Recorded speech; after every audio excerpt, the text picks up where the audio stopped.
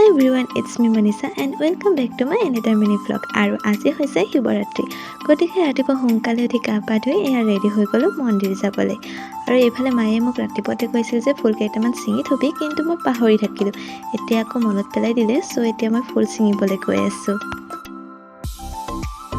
আৰু এয়া আমি আহি পাই পোনপ্ৰথমে থাল এখন লৈ ল'লোঁ আৰু এতিয়া মন্দিৰৰ ভিতৰলৈ গৈ আছোঁ। এইবাৰ পিছে মানুহ অইনবাৰতকৈ কম, যিহেতু পূজা ৰাতি হ'ব সেইকাৰণে চাগে এতিয়া কমকৈ আহিছে।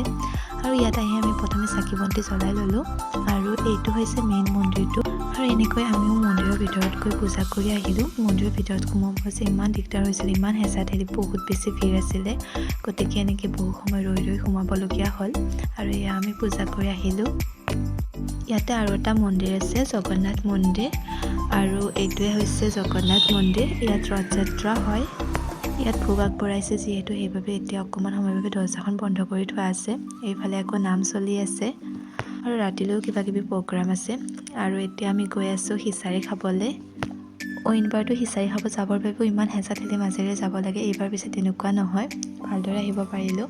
চ' ভ্লগটো আজিৰ বাবে ইমানেই। লগ পাম নেক্সট এটা ভ্লগত, তেতিয়ালৈকে বাই এণ্ড টেক কেয়াৰ।